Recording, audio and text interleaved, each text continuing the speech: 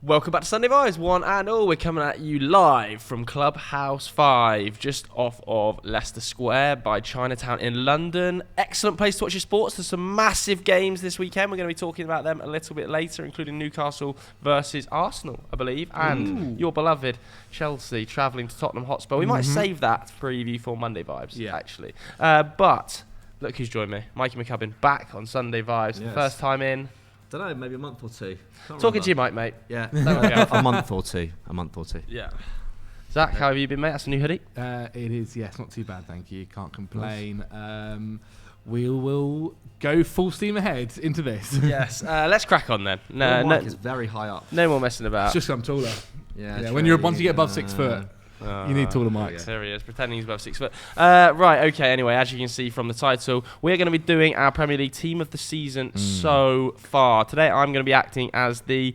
Is it the PFA that select this at the end of the season? Yes. I'm going to be acting as the PFA chief. I've got my own team down as well, but the boys are going to throw me a position-by-position suggestion. I am going to pick a winner. We're going to see who gets the most selections in the team. Whoever does wins. I might even ask you for your manager of the season so far. I think that was kind of obvious, though. So... I've got my goalkeeper down, but I want to see if anybody is going to agree with me. Zachary. I mean, I think for a lot of these, we'll probably be quite similar in our suggestions. And so I've got a few other ones that we can kind of talk about as well to add a little bit of competition to them. I've got Vicario. Like, very simply, for the fee that he's brought in for the expectation that he was going to have when he joined the league, nobody expected him to have done as well as he has. Like, statistically, he's been the best keeper in the league. There was that game against Brentford where I thought, actually, he may not be as good as...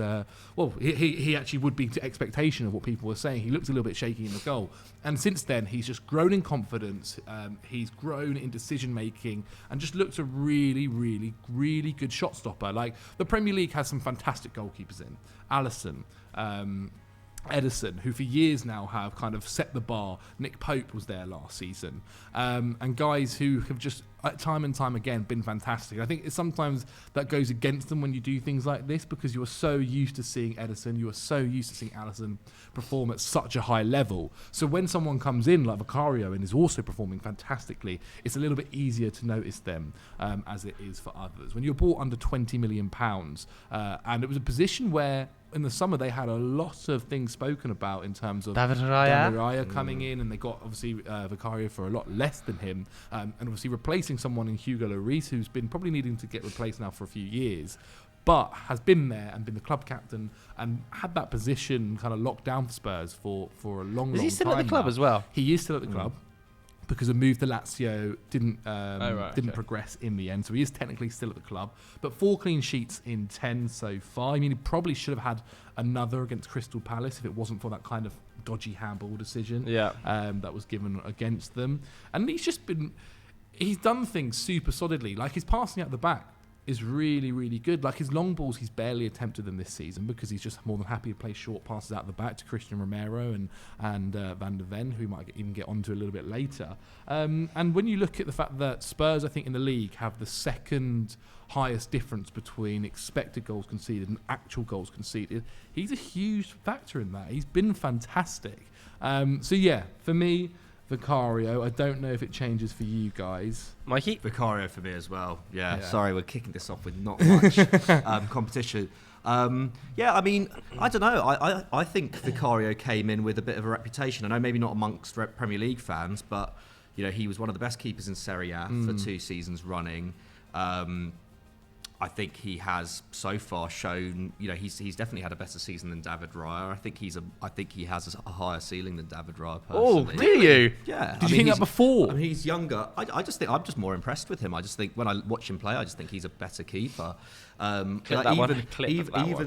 in that first game against Brentford, like, he had some moments. But there was something about watching him and seeing the way that he reacted to those moments that made me think this guy is going to be a success. Like, he did not look in any way he didn't look in any way nervous after making mistakes. He just looked like he was determined to then put them wrong and not put them wrong, put them right. And a lot has been made about Spurs' defence being better this season, but he does have the second best post-shot XG in the league. Like, he's faced quite a lot of shots. Like, he's had to make more saves than Matt Turner at Forest. He's had to make more saves than Jordan Pickford. He's had to make more saves than Sam Johnston at Crystal Palace as well. So it's not like this Tottenham defence is like bulletproof, and that's partly down to the style of play. Obviously, they play a much higher line under Ange Postecoglou. Like, inevitably, they do let teams break on them at points, and that's probably something that will improve. But at this moment in time, like, Spurs are top of the league, and Vicario's played a huge role in that. They're unbeaten as well. Like, I don't think there's really another outstanding candidate. I think, like, for a lot of the other positions there are, but Vicario, for me, is the only real. I mean, okay, Jose Sarr at Wolves has also been great. That's the only other one I was going to suggest. He's also saved a lot of, He's really good chances. Whiffs though. Jose yeah, I mean, Sarr. he always conceding does, a lot of chances. He's a lot better than he was, say, last year or the season before, though. I'd say Sarr. I'd say the Newcastle era was just absolutely horrendous. I think Alisson has to be in with a shout here. Like, I also have Vicario down just for clarity, but I think Alisson, again, like, is just bailing out Liverpool. Maybe his post-shot expected goal's not as high, but it feels like his save quality is outrageous. Like, the saves he's pulling off, it feels like every game is a wonder save. Think back to that Tottenham game. I can't remember who it was that came in on, it might have been Madders actually, on his left foot, and it's like the most outrageous save down to his right. I just think that Alisson is held to an outrageously high standard. Now he's basically, we know he's the best keeper in the world, maybe alongside Ter Stegen, but I just can't believe how consistent he's been. Like, he is going to go down as, when he leaves Liverpool, one of the greatest goalkeepers in Premier League history, I think, Alisson. Yeah, absolutely. I think he's in my top 5 already. Yeah. Alisson. So I would also mention Alisson, but I agree. Vicario, I think, for his impact, I think as well for his leadership. Like, he really is a commanding goalkeeper. He doesn't look like he's getting knocked about. He looks like he builds from the back. He's very comfortable with his communication to the two centre-backs. When crosses come in, he's exceptional in the air at claiming high balls, because he's a big bloke, isn't he? I think his shot stopping is very good. And he's definitely proven me wrong. Like, I think I had him down as not a mistake, but a suspect signing kind of thing. Missing out on David Raya and instead going for the fairly unknown quantity of Vicario. I was pretty unconvinced about, but sensational bit of business by Tottenham Hotspur. And Vicario goes in goal. So we have to call that 1-1 because you both picked the same player there. Some different ones. Might be 2-2 at right back, not going to lie. Have you both got KT there, Trips there? Yeah. I think when you're one of the leading, I know obviously Neto is ahead of him, but when you're the second leading in assists, I think one of the highest for a defender so far in Europe. Yeah, so far in Europe. Like, it's kind of hard to not put you in there. He has had games where he's looked maybe a little bit shaky at times, but he's just been fantastic in the majority of them. I think it's helped as well that you saw him against Manchester United, that he's got now Tino Livramento kind of behind him, fighting for a place on that side, which might push him even further. Back-to-back man of the matches, I think, for Tino against Manchester City and Man United. But he just continues to be such a creative asset for them. And also defensively this year, he's improved defensively too. He's made, and this was before their last Premier League game, 13 tackles, 6 interceptions, 7 clearances, and 7 blocks as well. So he's improving slightly in defensive work. I mean, he's such a leader for them on the pitch. I think it's tough because Trent has been better as well. Been this too injured, year, man, for this. but he has probably been too injured. And like, as for other right backs, I think so far, Pedro Porro's been. Yeah, I think he's been alright. Yeah. I think he's been alright. I actually think he's probably the guy that if you're going to play against Spurs, you go at him. I think personally. Do we again think that Ben White doesn't get enough plaudits, given that Arsenal's defence, I think, is the second best in the league by expected Ben goals? White will always be there. Second best in the league by goals conceded. Like, he is just an extremely solid operator, really is, and I feel like it kind of goes against him that he has in the past played at centre back people still think of him as this hybrid centre back right back when he is now just a right back and one of the best in Europe in that position. Yeah, but I mean, I think he was. Well, I don't know whether he made the PFA team of the season last year. No, maybe I think it was Trippier. Was it? It was Trippier. Of course, it was Trippier. But I think like Ben White was probably the outstanding. I don't know. It's a competitive position, isn't it? There's also Kyle Walker. Kyle Walker as well. Yeah, Kyle Walker. Again, like he's had a bit of a remontada, I think. Kyle Walker. Yeah, but I mean, in terms of players who have always have always had a really high standard. You have to look at those. I think Pedro Porro would be my other choice, just because I think similarly to Vicario, just the level that he's shown compared to what people expected, and also the adaptation to a new system. But we'll get onto that at left back for me. Okay. But like a lot of Tottenham players. A lot of that's partly why I didn't put Pedro Porro here. Like I didn't want to overload my team with Spurs guys. But yeah, I think I can't really look past Trippier too much. I should say probably worth shouting out Matty Cash, who's done decently too as well this season. Let's go for Trippier then. It feels like an obvious one, doesn't it? Centre backs then. Now the war can begin. Do you want me to go with? I'll go with my rogue one to start with. Go on. Or shall I just go? Should we just go for? Should we just say go our for two? both of them? Yeah, go for both of them. Okay, so my boring one is William Saliba. Have you got Big Bill? I've got William Saliba. Yeah. Yeah, got him. And then to partner him is Big JB, Jared Branthwaite. I think he's had an excellent season. He has so been far. great. He's been really good. And like there are probably there are more established centre backs out there who I could have chosen. Either Romero or Van der Ven could have easily made it in here. But I think also Virgil van Dijk. I think Virgil van Dijk has been excellent this season as well. And again, a little bit like Alisson, it's like because his level's been so good, and he had the red card go against him. Yeah, I think that was kind of what I took him out for was the new card, because he's had a great season.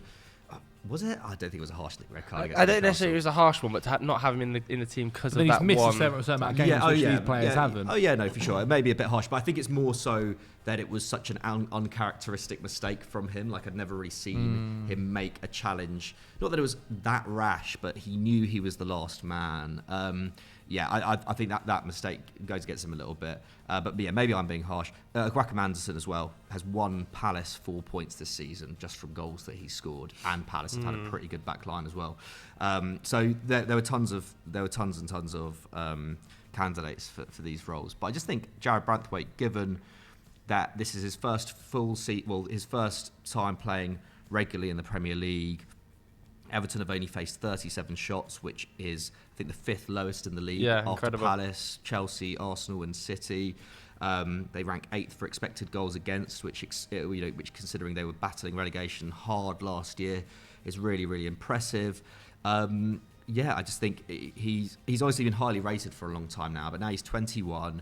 He looks fully physically developed. He's obviously absolutely massive, 6'5". Really good in the air, decent with the ball at his feet. Left-footed as well. Yeah, which is quite rare.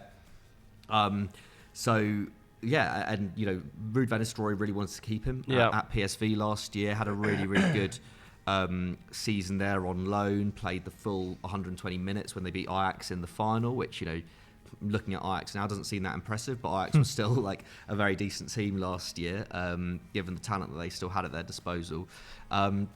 I just think he looks really good, and like a safer option might have been to go for James Tarkowski because he's the more experienced, he's the more he's the bigger defensive organiser. But I just think Jared Branthwaite is I think he's maybe going under the radar a little bit just because he's playing in an Everton side which have only recently seen an uptick in form, and maybe it's slight recency bias because they are on a good run of form at the moment, and it's a Sean Dyche team. But equally, like players like Tarkowski and Ben Mee used to get in these kind of conversations when they were at Burnley because they were playing in a really solid defensive system, but you have to give them credit for fulfilling their role in that. Yeah, I like Jared Branthwaite as an out there shout, definitely. Another name I want to bring up that I was very close to putting in my team is Ezri Konsa, who I think definitely should have been back in the England setup by now. Outstanding season he's having. Obviously lost his partner in Tyrone Mings as well, having to adapt to play alongside Pau Torres, who's a very different kind of centre-back to what Tyrone Mings is. Ezri Konsa's athleticism, his ability on the ball, his aerial win percentage. He is a sensational defender, Ezri Konsa. And Aston Villa, like if they get a sniff of champion, if they get into that 5th place slot, Ezri Konsa has to be on the plane to Germany for me. Does he? I think so, man. I think it depends on what. It depends on how the season goes to Mark Gehey, how Tamori does. It's not our how Colwill does. Like mate, he's definitely going to take Harry Maguire, isn't he? He's definitely more advanced to where Colwill was. right now. Colwill should not be getting picked ahead of Ezri Konsa. The only reason he's getting picked ahead of Ezri Konsa is because he's left-footed. Which is what you want in your squad, right? Yeah. As well. I think he's having a better season than Mark Gahey. Yeah, probably is. And like Mark Gahey, I love Mark Gahey, and he's obviously younger than Ezri Konsa. How old is Konsa now? I think he's 26. Okay, I'd have to check though. I have to check that. Yeah, but I think his overall game suits the way England play as well.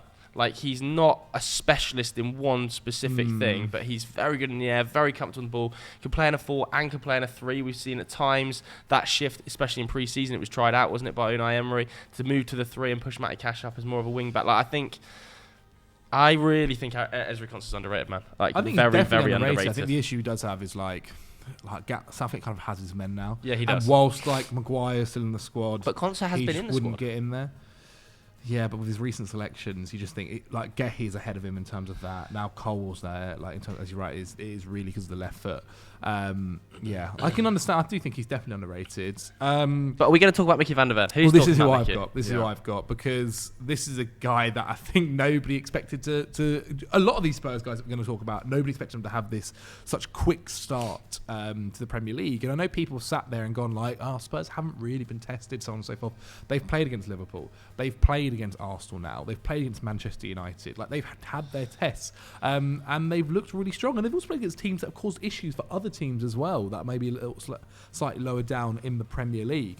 I think one of the most impressive things, and I guess it's kind of Vicario and a lot of their new signings or new people that have joined into the squad have seen them kind of have this already, is the confidence in the way they're playing so quickly. Like, you can tell that Ange Postecoglou has done so much in making them believe on how they want to play their football, and not worry about having an error. And also, it helps when you've got someone like, again, who might get onto a bit later, James Maddison, performing incredibly well, because the narrative going into this season with Harry Kane leaving as last minute as he did was, oh my God, what do Spurs do?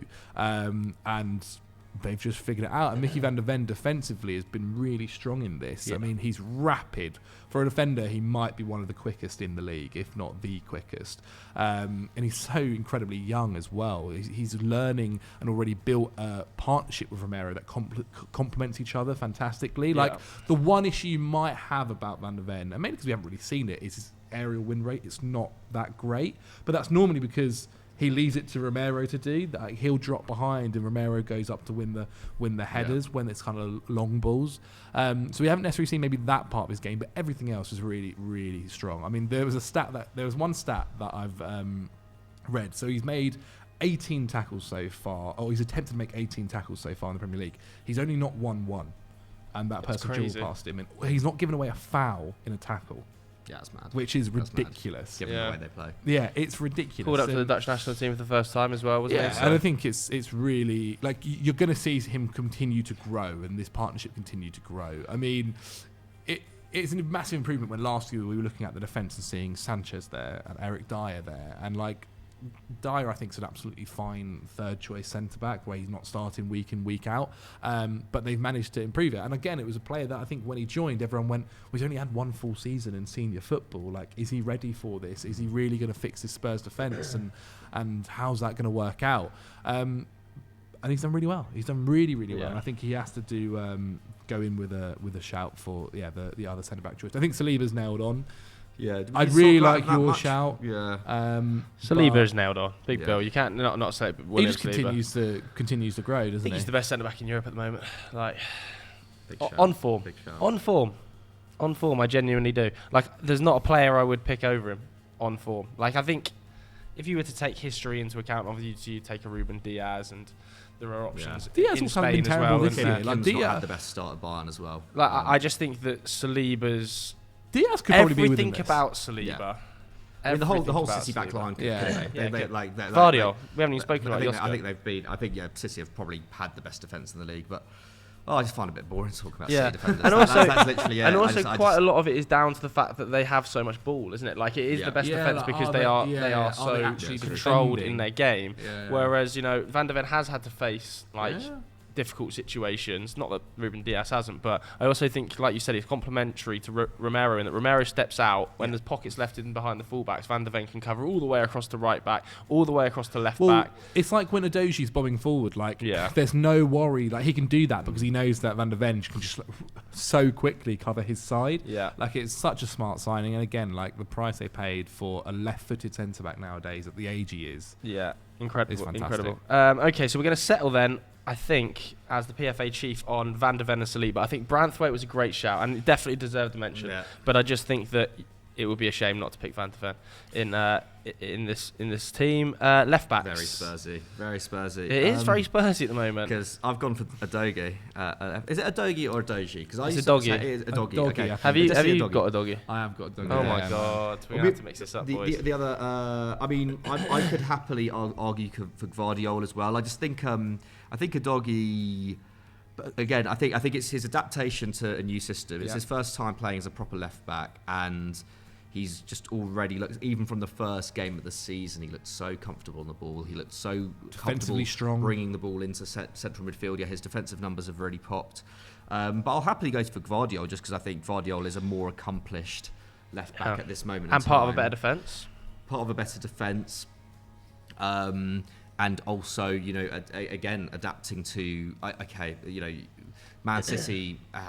Rarely do we see a player struggle to adapt to Man City. However, look at, say, Jack Grealish. Look at the way that Phil Foden's kind of come in and out of form since going there. Gvardiol came with a huge price tag. Lauded as one of the best defenders of his generation. How many years had he had at Leipzig before City? Two seasons out of Croatia before going to City. Pretty inexperienced. A lot of experience for his age. Sorry, but still only 20 years old. And coming from the Bundesliga, which is a lot more transitional. Coming from a team where he had actually a lot more license to get forward in some ways as the most kind of advanced of the defenders there. At City, he's having to deal with far more detailed instruction, I think, from Pep Guardiola.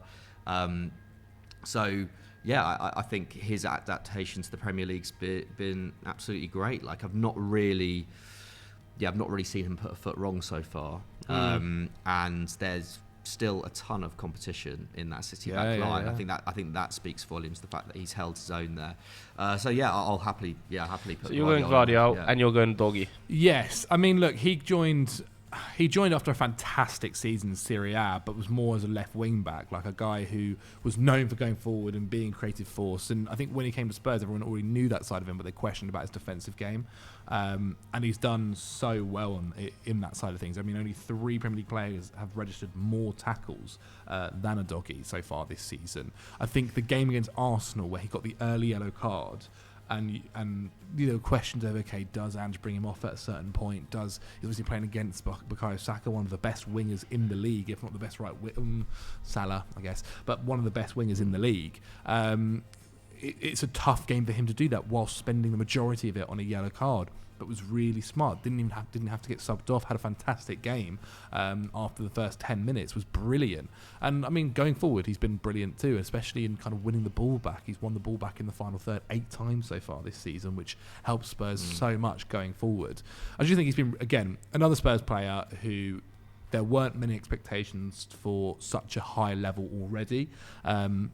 Especially under a new system, especially under a new manager, and losing their superstar in Kane. Obviously, wasn't bought this summer, bought the summer before and then sent on loan. But yeah, done really, really well. Another youngster they've got that looks like he'll be a superstar. Yeah. Do you know what? Have either of you got any Man City players in your midfield or forwards? Yes. Yeah. You have? What, yeah. One? No, 2. 2? Okay. Sure. I might have 2 in the forward line. Okay, potentially 2. I actually think I'm going to go for Joško Gvardiol here. I think Udogi has been maybe one of the surprises of the summer, and Gvardiol we all expected to have an outrageous level, but I just think we have to have a City defender in here somewhere, given they have by all underlying metrics and actual goals conceded been the best defence in the league. If we don't have a City defender in the group, it would be unfair because the back line has just been monstrous for City. Again, this new style of playing centre-backs across the back line that can just defend in 1v1 situations. is just so hard to beat. So I am going to go for Josh Goal, despite his massive price tag. What formation are we playing? 4-3-3? 4-3-3. Yeah, 4-3-3. Okay, into the midfield then. Now this is where I think it starts to get a bit more spicy. Yeah. Yeah, I mean, the first one probably less so, because I've got Rodri. I've put Rodri in. Have you got Rodri? No. You haven't got Rodri? I haven't got Rodri either. Really? I think we've seen so far the level that he is for... if you look at this Manchester City side, and you talk about the defence and everything, the most important player is Rodri. No doubt. But he missed 3 games. Exactly, and look what happened. I know. And you didn't Exactly. pick Van Dijk because he missed because of the red card. I didn't pick Van Dijk because I thought the other centre-backs were better than him so far this season. Like, I thought the red card, that was an element of that, but I thought they were better than him. The others had a better season than him. I think Rodri, in terms of a DM, there's not a better one in the league. Like, I have In the world, I right? was thinking exactly. I was thinking about Douglas Luiz, about popping him in. He's I've got obviously been Douglas down. fantastic for Interesting. Aston Villa.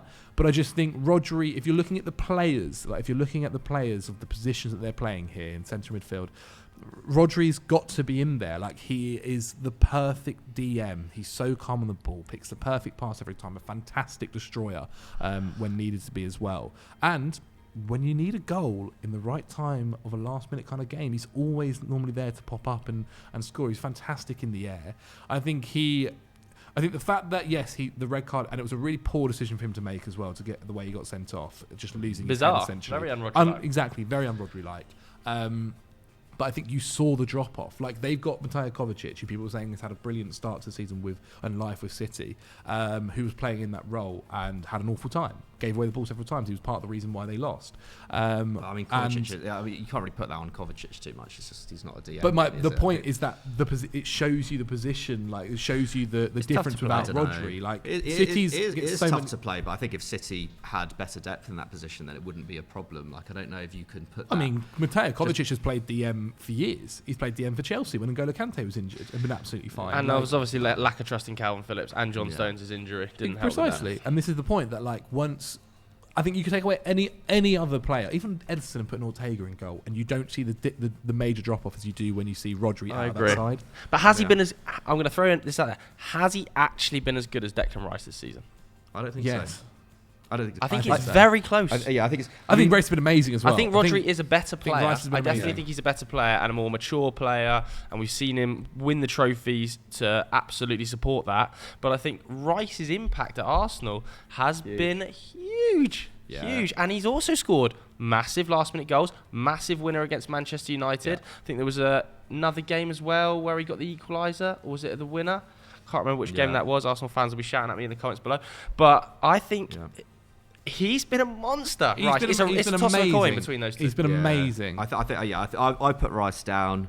I think if Rice was to get banned for 3 games, then we'd see the same thing happen at Arsenal. If I'm totally honest, we saw what happened against West Ham in his absence in the League Cup this week. It was against you, by the way, Chelsea. That whipper. To get back in the game. I mean, great finish. I think Rice has been great, and yes, his goal contributions have been, I think, underrated in some ways. He's got the same number as Gabriel Martinelli so far. Only White and Saliba have played more minutes than him. He's played every game, and Arsenal's midfield looks like somehow better for it. Like, I know Granit Xhaka had an amazing year last year. I know the Arsenal midfield in general were very good last season, but I think Rice coming in has allowed someone like Havertz to play a decent amount of game time and not have to impress so quickly. And I actually back, players like Havertz and Fabio Vieira to improve as a result of Rice being able to cover so much ground and play so many different roles in that midfield. Smith Rowe as well. I know he's out for a few weeks now, but he impressed on returning. And I think, Rice has played a big part in that. And to have come in and made that impact so quickly, I think is really, really impressive. And I think we look at Arsenal this season, because they were so electric out of the blocks last year. Yeah, 27 from 10 last year. 27 from 10 last year. People are looking at the Arsenal performances this season like, oh well, they're not quite as good, but they've only got 3 fewer points. Like, they're still above Man City. They're still unbeaten. Like, I think, and given Partey's injury record and the fact that he did have a drop off at the back end of last season, famously getting dispossessed by Rice in the build-up to which was it one of the West Ham goals? Yeah, it was one of the West Ham goals, wasn't it? In April. I think without Rice, this Arsenal team is nowhere near in the position that they would be in right now. I agree, and also I think it's a different Arsenal team, but it's a more controlled Arsenal team. I think it's not as exciting and fun to watch, but I think the midfield is definitely more controlled, and I think he's had such a big impact that even when Partey was fit at the start of the season, we saw him playing right back. Yeah. As an inverted right back, and it didn't really work. He's doing more defensive work than he was at West Ham, Rice, which is pretty mad. In Europe, he's been a behemoth. I think Rodri, again, a little bit like Alisson, is held against him because he is just the best defensive midfielder in the world. So it's like his own standards I'm putting him up against. And with the 3-game ban, does that come into the factor? I also do, you mentioned him earlier, I want to talk about Douglas Luiz, who I think is developing into one of the best deep-line playmakers in the league. The fact that Arsenal had that £25 million bid, I think, rejected, and then he ended up signing a new contract, feels like he would have been amazing for Arsenal, sat alongside Declan Rice potentially, or allowing Declan Rice even to push a little bit higher at the pitch. He's just so comfortable on the ball. His ability in tight spaces to turn out of pressure is massive, and paired alongside Boubacar Kamara, it's just like such a strong midfield. When Yuri Tielemans joined the club, I think a lot of us thought, he would come in and have an impact there, but he's just had no impact. He can't get a game because of the quality of Douglas Luiz. An amazing penalty taker as well, and obviously that's not really talked about because it's something professional players really should be able to do, very, very comfortably score from the spot, but some people just can't, and he very consistently does. I really, really like Douglas Luiz. I don't know whether he's going to be in line for a massive move because Villa feel like they are pushing for a Champions League spot. Man City still have that. I mean, obviously they got rid of Calvin Phillips. I don't know, but I don't think they've still got the buyback. They don't have it anymore. I think they've got like a matching clause potentially, but I don't think they've got the buyback. But I think Douglas Luiz worth a mention here. But it is a toss-up between the two. Yeah. Let's build up the rest of the midfield, and I'll come back to the selection to see how the balance works. I think as a lone six, I just don't think. I just think Declan Rice and Rodri are both a cut above. I agree. I wouldn't trust Douglas Luiz as much. Do we want to move on? I feel like we might have similar people. Let's see how the balance works out. So who's your two midfielders, Zach? Szoboszlai and Maddison.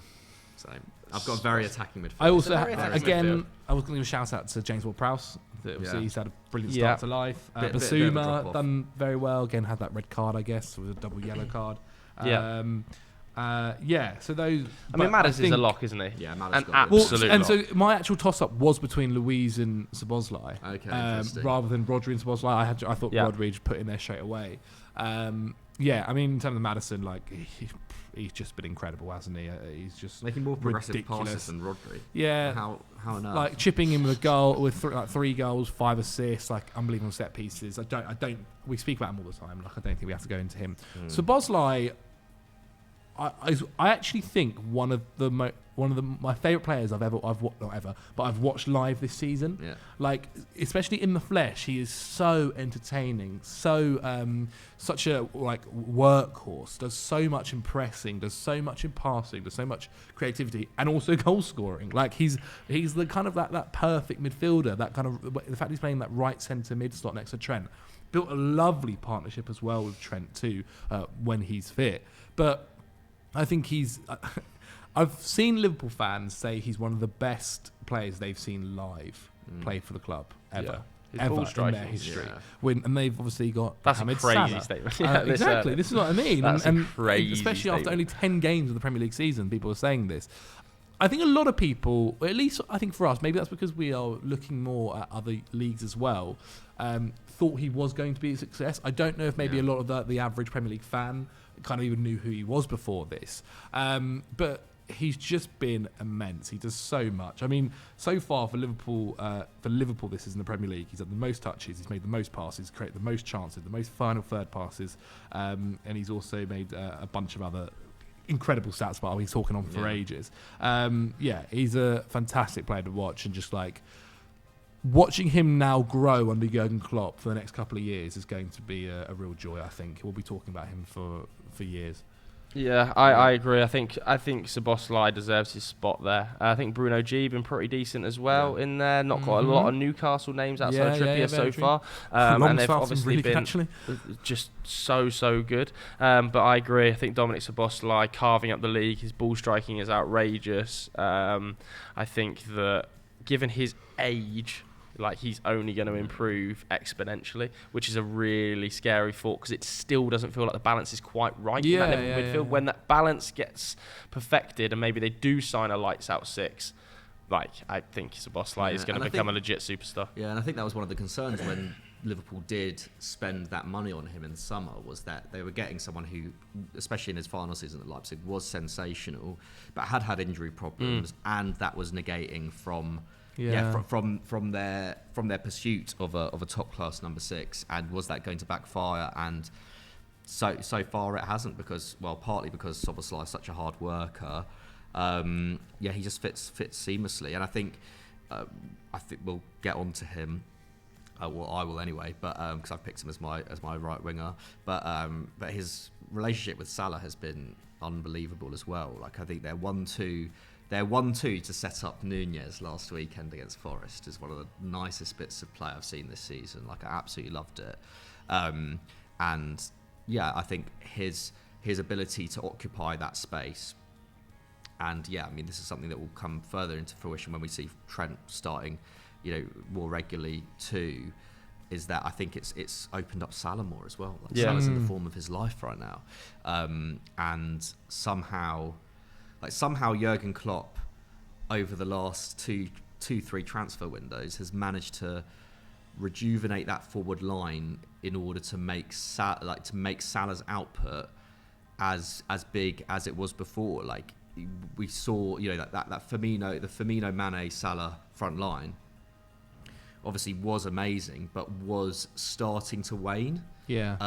And I know they spent so much on so many different attackers, but I think Szoboszlai feels like that final piece of someone who can really facilitate for Salah. I know his goal scoring, his ball striking and everything is great as well, but he's already on nearly 4 expected assists this season. Just his general kind of intelligence around the box, I think, just really suits Salah's He's taking set pieces as well off of Trent. His ball striking is outrageous. His ball striking is absolutely outrageous. He's got less than 1 XG so far this season, but I think it's just because he pops them so far. They're all 0.02, 35 yards out with his tiny little feet that he got bounds as a kid.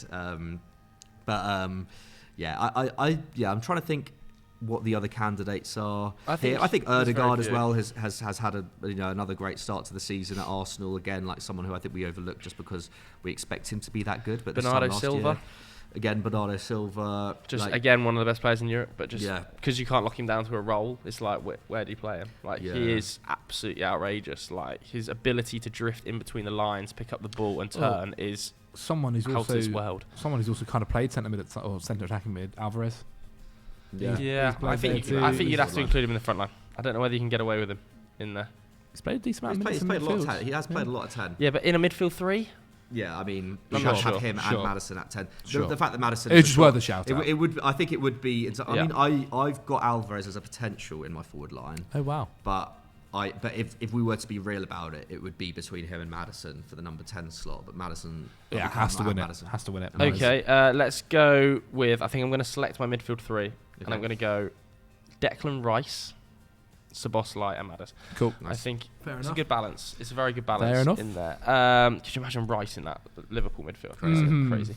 Not that he's bad in the Arsenal, but let's go to the front 3.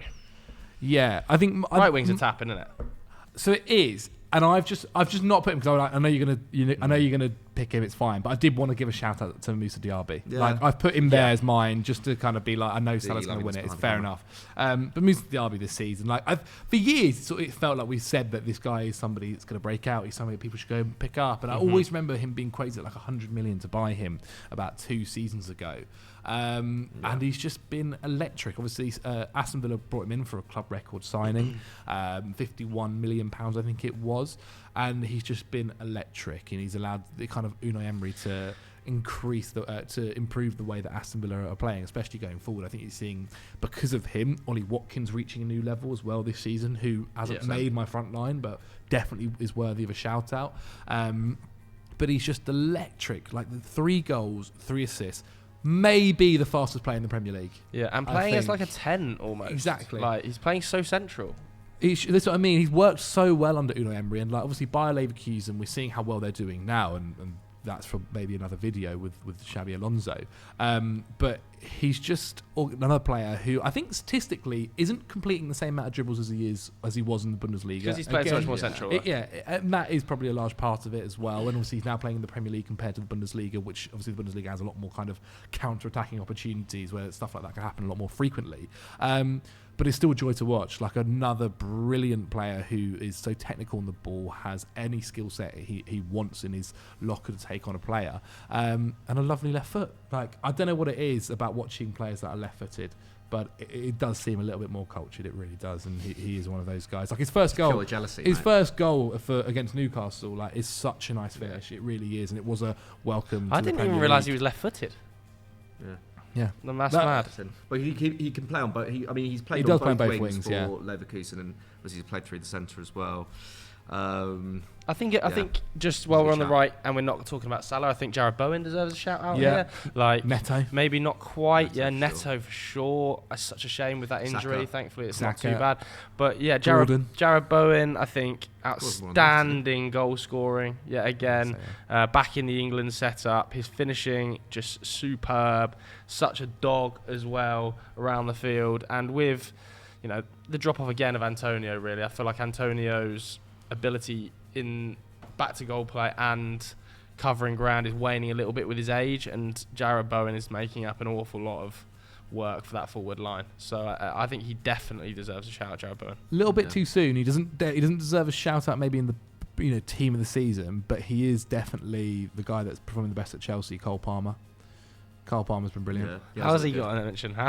He should. I think he's playing well. Maybe maybe 3 games so the far. 11th best team in the league. There's a lot of other players. Or statistically, I think Cole Palmer has had big. He's had a great start. I think Poch is clearly a really good manager for someone like that. I think. And like Raheem Sterling as well, like has had a bit of a remontada this season too. Like we're talking about.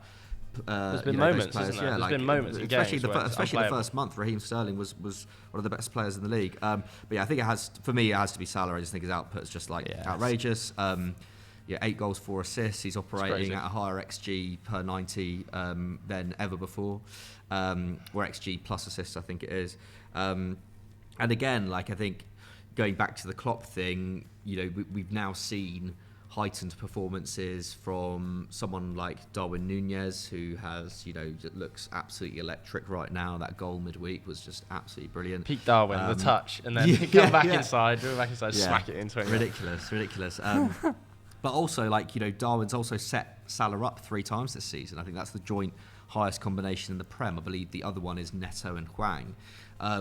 So, Salah's again finding great partnerships all over the field. In the absence of especially given that Trent's not been on the field as much this season. So I think has to be him. Centre forward, I guess we're going with Haaland. It's so tough. Watkins had an amazing season, hasn't he? And definitely deserves a shout out here. And Wilson as well. But Haaland again is just held by different standards. Like if any other player was putting up the XG numbers he is, he's putting up. I don't know whether it's career high, but I think it must be Premier League high for this stage of the season. He's already 13 goal involvements deep. I think he's got a couple in the Champions League as well, hasn't he? It's astonishing. And he's missed big chances this year.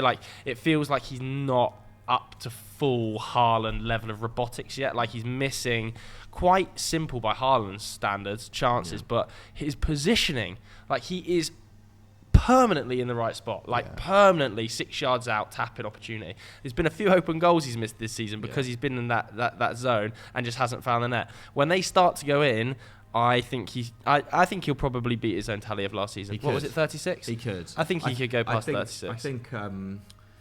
We are over a quarter of the way through the season now. I guess. Well, we're over a quarter of the way through the season. He's got 11 goals already. He's on for 41 though, isn't he, so far? It's pretty mad, isn't it? So I wouldn't be. Yeah, actually, I probably agree, to be honest, if he carries on at this level. Yeah, so And I he think still won't win the Ballon d'Or. But you've also got to think as well, like Modric will do that. we haven't seen KDB play with him yet. Yeah. Well, we've seen him for half a game against Wolves, haven't we? Was it Wolves? I think you were injured against. But there are maybe Yeah, questions, whether we'll see the same KDB now. Well, I Really, think even like- if you see a 60% KDB, But what if you see a with- 60% KDB for 3 games? And But he's injured I again? also just don't think KDB is as important to Man City as he used to be. Like, No, but we're still talking about a 15 assist season player. Of course. For the most dangerous striker in the world. he's Of fit course, enough, man. of course. But like, I mean, there's so much other creativity in that City. And to be fair, even De Bruyne at his absolute physical peak, like Pep found ways to compensate for his absence. 2018-19, he barely featured in the second half of the season, and City still won the league with 99 points. Like, I think, but I just think Grealish's performances, Foden's performances, Bernardo's, like what they offer, Doku. like Doku as But well. none of them have although that he's a bit creative more- level of De Bruyne. They don't. Well, yeah, no one in the world does. No one and in the the world connection does, between but- De Bruyne and Haaland last season was so frightening. Yeah, Yeah. of course. So when he gets back this season, is Haaland then we're gonna But see I think- another Well, jump in numbers? I think even in the second half of last season, Grealish creatively was beginning to become maybe even more influential than De Bruyne. Like, I know they were playing off each other really nicely, but I don't know. Like, I think regardless, Haaland is going to get like an I think he outrageous could hit total. 40 or get up. I think he could definitely go past the 36 last season. Yeah, I mean, it's definitely you possible. can't doubt the guy. And if He's I- a freak. I just think if anybody else has scored 11 goals, then yeah. Well, I think is it 11 goals off something like 14, 15 XG or something like that's. If he'd have it's scored so to XG, silly. yeah, I think he would be on 15, which is like off of 10 games, 15. Like a quarter of the way through the season, he would be on for 15, 30, 40, 60 goals 60 in the goals. season. Easy. Quick maths there. Easy. By Joe T. Where were they against Wolves? Yeah. I think the left wing slot is really hard actually. I think Left it's wing's a really little hard. bit more open. I think it's more of a tap in than you've got written down Because there. I think, yeah, in some ways the easy one is to go for Son, but I haven't put him in here because Is he it plays cheap? so much. Do you think it's because he's playing striker? Yeah, because he's playing centrally. And to be fair, I also had as one of my options Alvarez just because I wanted to Cheap. chew him in, which also isn't. So by that logic, Alvarez is out. So we're banning Son and we're banning Alvarez. You're banning Son? I think we're banning Son. I think we should Okay. ban Son because I think Son is a striker now. We heard Ange Postecoglou after his most recent game where we can talk about Son. Let's definitely talk Yeah, about Son because like, he's he has been been great. stunningly No, good. And I thought honestly, that guy. Last season, I brought him into my draft. He was my first pick after the amazing season he had before, and I was like, "Oh, great!" I picked him over Haaland, Got Conte. right? And Yeah. I picked him over Boo-hoo. Haaland. And That I was was like, "Oh, because he's a midfielder, plays forward, it'll be fine. He'll score lots of goals and get assists." Had the worst season of his life. This year, I'm like not touching him. Yeah. And now he's doing what he's doing. Like Ange, I don't know if you saw his post-game interview at the weekend when he was talking about playing and looking at the Cristiano Ronaldo transition to centre forward as to how he'd modelled Yes, the transition yeah, for Son. yeah. Like I thought that was Super so interesting that he'd looked at how Cristiano had shifted into a more central role at Madrid than when he was at Manchester United at a similar sort of age to Heung-min Son, and thought I can use that model of performance and place it on top of Son's like finishing ability, which has always been the best in Europe, effectively outside of a player like Lionel Messi.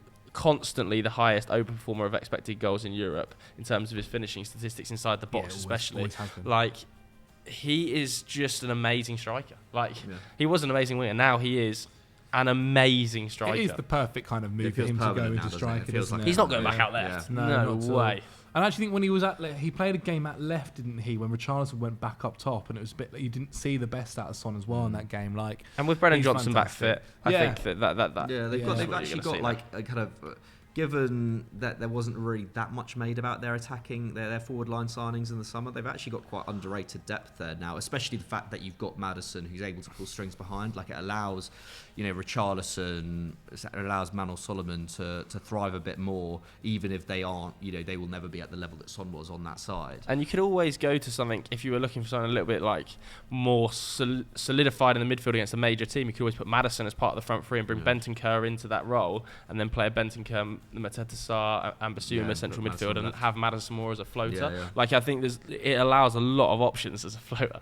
It allows a lot of options, doesn't it? But yeah, I think Son deserves a shout, but we're classifying him as a striker here. okay, well, No that left wing. leaves Well, that leaves. I mean, Gordon Yeah. has been really good for Newcastle. Well, no, this Rashford. year. Yeah, Gordon's been really good for Newcastle this year. Obviously, Rashford probably hasn't made the cut, unfortunately, so far this season.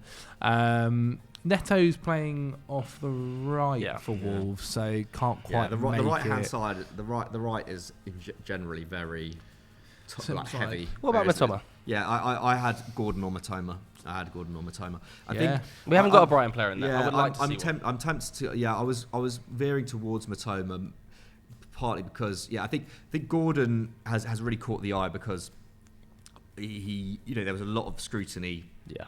On the fee paid for him in January from Newcastle, which actually I think was a little bit unwarranted because 40 million for a promising English forward, really I don't think is that outrageous. Let's face it. Like I think I think people had seen games in which Gordon was quite ineffective, but for an Everton side that had been generally pretty ineffective going forward, was barely playing with a striker most of the time.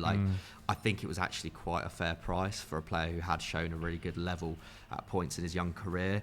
And after 6 months of bedding in, he looks like one of their most important attackers. I think he's got a better. I know Almiron had an amazing season last year and scored a great goal midweek.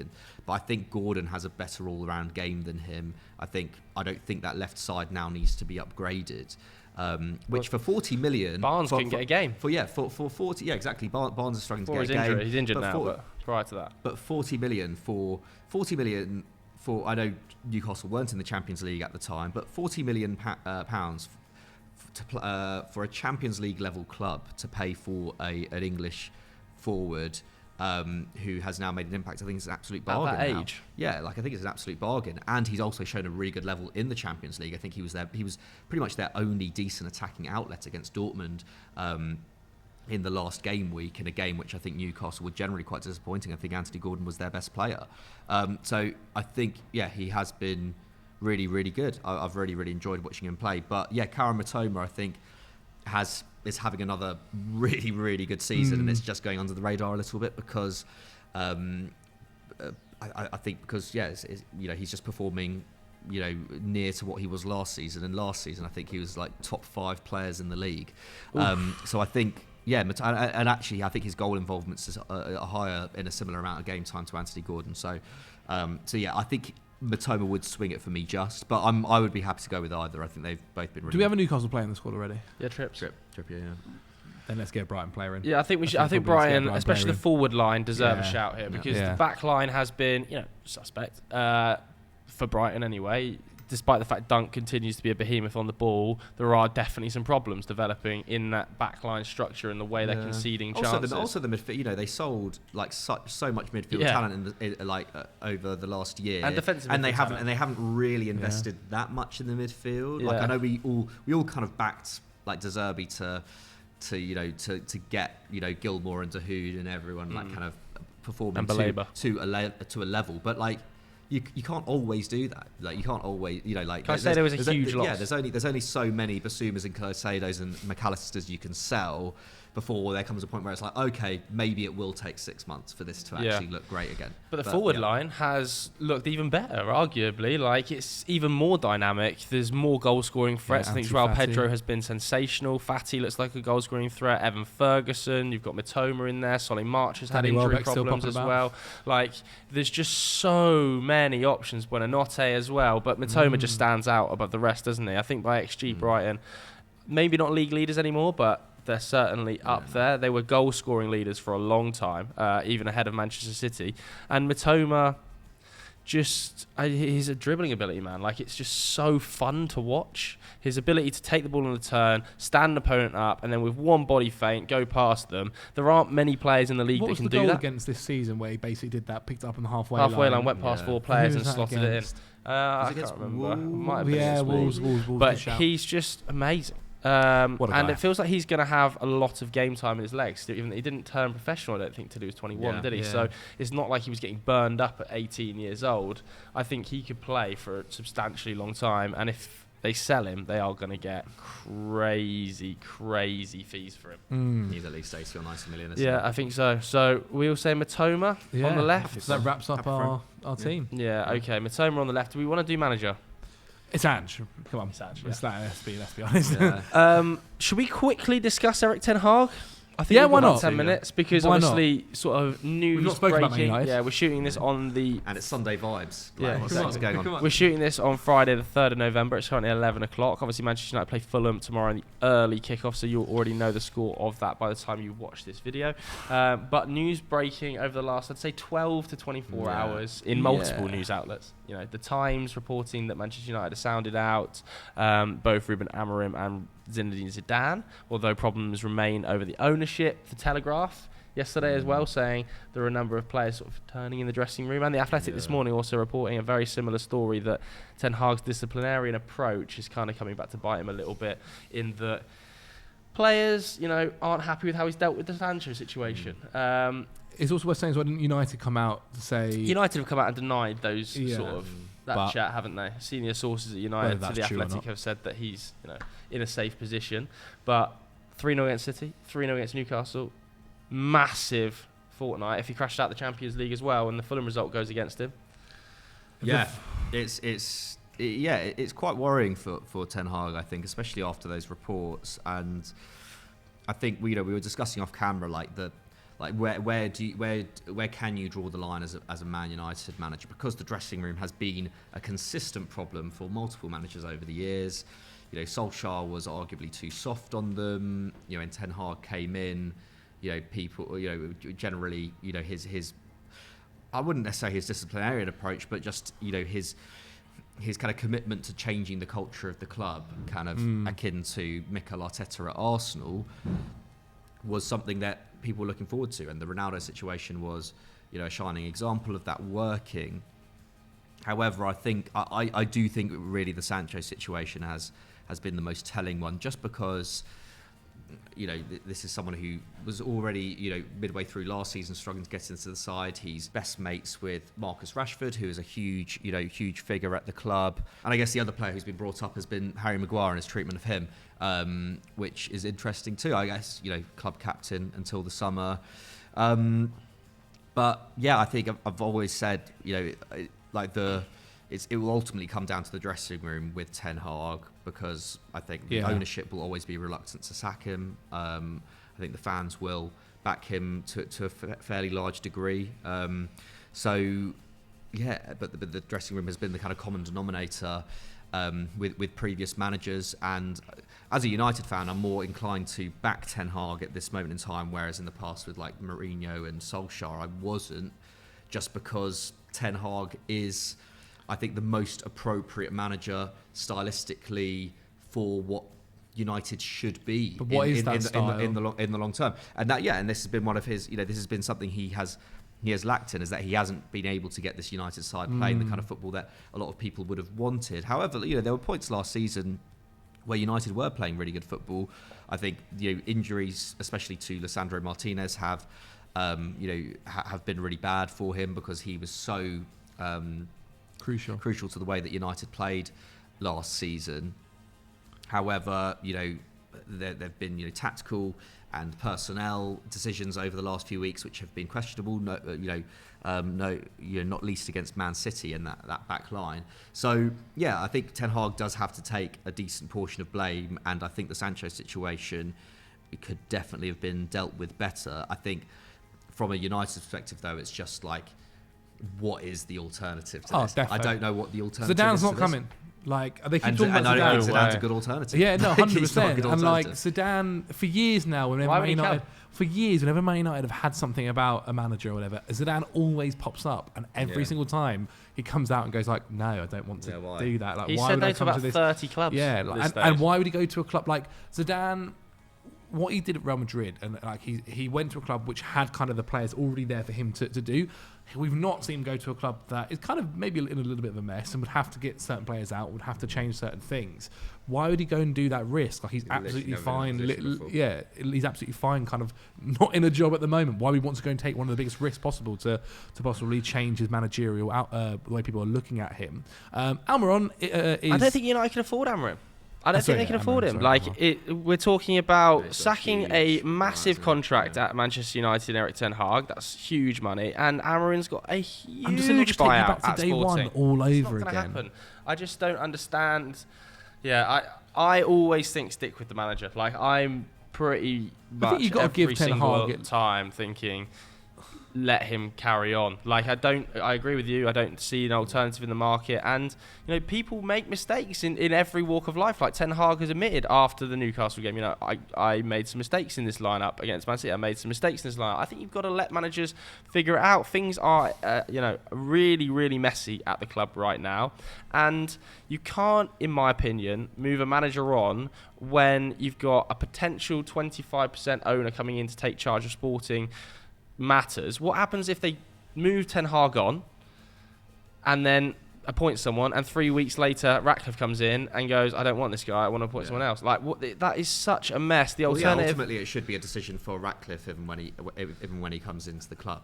And also, the other alternative is to appoint an interim. And, it's so painful. United have had multiple interims in recent years. You think of it going two ways. It either goes the Ole Gunnar Solskjaer route, where you have the sort of really, really happy time of 6 months of, and then you have to hire holiday moon, and then hire him permanently, and it doesn't work out. Or you have the Rangnick style, where he comes in, speaks some home truths, digs out some serious players, isn't the best manager, and gets sacked as well. Either way, it doesn't work. I think, for me, just stick with the manager, ride out the storm, try and figure out a way of playing. The biggest problem is the lack of identity. Try and figure that out. At what point would it... And you've got a lot of injuries, which have a huge impact on that. At what point, though, would you say, and again, it might not happen, but at what point would you be okay, maybe the change of manager has to happen? Is it, say, post-February, where you've had another market, injuries have come back and you're still having poor performances, and not seeing... Don't worry about the January market. The problem is though, it's like you say, figure out the way of playing. Ten Hag has been quite open about what he wants to do. He wanted to make United a massive transitional side, didn't he, in the summer? I still think it's mental. That's kind of what United have always been anyway in the post-Ferg era. Yeah. But the whole point he got hired to go to United was to play his style at Ajax, which was very different. And then he said on the weekend that there's not a way that the team could ever play that. That's half the reason he got hired, was to do that. Well, yeah, for sure. And equally, I don't think anyone was expecting him to implement that philosophy straight away. Yeah, very true. He tried to do it in the first two games of last season, and it didn't work. So he changed tact. But in an ideal world where you've also bought a goalkeeper who is for that kind of style. Yeah. He can also be transitional, I guess, as well.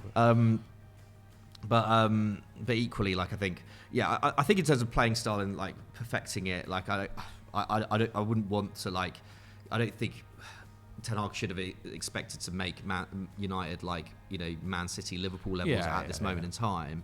But it just comes down to the dressing room. Annoyingly, United's dressing room has always been very unsettled, or easily unsettled by poor runs of form. Mm-hmm. And if it gets to if results keep going, if results continue to be this poor, and the dressing room just gives up, which I don't think is that it's not out of the realms of possibility, then I don't know what the club can do. That's the problem. I don't know what the club can massive, do. Massive like Ten Hag, there will come a point where the club has no choice but to get rid of Ten Hag if these reports are true, and it might be that these reports have been sat on for a little bit and have been waiting to come out after a bad string of results. That's possible. Then Ten Hag is in a really tough situation. I didn't think at the start of the week after that Man City game, I'm always skeptical to look into a performance and be oh, the players aren't playing for him. I kind of think a lot of the time that's just pure conjecture. But with these reports coming out now, it has changed my mind a little bit. It's it is really worrying. Is there not a little bit of you as well that looks at, I guess, the complete shift and different style of play that Spurs have had with just the hiring of a manager, and I guess they've added a centre back and a goalkeeper. And a centre mid. Yeah. Well, they've brought those centre mids, haven't they? I guess James Madison they did buy, of course. I think Spurs' and think there is that. Yeah, I think as bad as it was under Conte, I think Spurs' recruitment in general over the last like 3, 4, 5 years has still been more logical than United's, partly because Spurs have actually had like sporting directors in place at points. Yeah. So I think Ange was inheriting in some ways. I think Ange was definitely inheriting a better situation at Spurs than Ten Hag was inheriting at United last year. I think Ange did inherit a bit of a shit show though, like with the Kane exit, with Paratici facing the charges and being moved on, but the and recruitment has always been more finish. solid. I think the recruitment's always been better, like than we give it credit for, and the recruitment this summer was certainly a lot better. Like I'm not saying that Ange hasn't done a great job, and I think like he has. He has taken to life in the Premier League a lot more smoothly than Ten Hag did even last season. But I think it's maybe unfair. And United would never hire, at least under the current ownership, you'd never hire Ange. And I think the issue is it's just like it is just a totally different scale of job. Like I know that Ange had a massive job, and he's done an incredible job. But what you've got to do at United off the pitch, being able to manage upwards, being able to sort the situations out with players that are on £500,000 a week, huge egos, and the scrutiny of a bad result, I don't know. I think it is basically the impossible job. And it's impossible to do. I think it's impossible. Ten Hag joined a club which that can't be the answer though. Like it can't just be it's impossible. Like someone's got to figure it out. Yeah, no, for sure. but so many. Or you've got to do something. Or you've got to do something to stop that being the impossible job. Well, I don't think any manager can do that. I don't know if because no manager can do that because that's still off the field issues. It's still basically being run in the same way as it. The manager's still basically expected to come in and run the club and run recruitment, which Ten Hag I think did at Utrecht. But definitely didn't do it at Ajax. Didn't do it at Ajax, and Utrecht, you can, the recruitment process at Utrecht, I think, is a lot, a lot easier than United in terms of the kind of players that you can get in. Ajax sporting model, it was very settled when Ten Hag arrived. It had very much recruitment, sporting directors, football directors, technical directors in place. He arrived and could implement his style tactically, whereas it just is different United. I just think it's impossible for a manager to succeed with the current setup above them. It's never going to happen. Not in the long run. I think that's what you've seen at United is that you'll have one season where you finish second or third, partly because there are teams having off seasons around them. When have we seen Man United and Liverpool have a good season in the last 10 years? We haven't. So but are you just saying that then there's nothing you can do? United have done forever. There is something you can do. You can revamp the club. That's the only way that United will have long-term success. You can't expect United to be able to compete for top honours every single year with a structure that is 20 years out of date. You just can't. I'm not being defeatist about that, but that is just the reality. United have spent more money than anyone else in the world over the last 10 years, and yet we're in this place. There's not that's not by fluke. That is because there has never been a coherent strategy. Those just are the facts, and you could say that we're taking pressure off Ten Hag by saying that, but that is just the reality of the situation. I don't think there is another manager out there who would be able to do much of a better job in the long run, at least. You might be able to get a manager in and you'll get a bump, and it'll be fortuitous or whatever. But Ten Hag's literally come in and signed a load of players who most of them he already knows. Plus Casemiro, who's a legend of the game. And a year in, we're in a situation like this. I think the problems are so much more long term than just the last 18 months. Yeah, agreed. All right, there we go. Little segment to finish on Manchester United there. Let's see what happens between Manchester United and Fulham, which is not going to be pretty. Who knows? Might be coming off a 5-0 win. Doubtful. Anyway, that's it for another episode of Sunday Fives. If you enjoyed this video, hit the like button, hit subscribe. Come down to Clubhouse 5 to watch your football. We'll see you later. Bye-bye.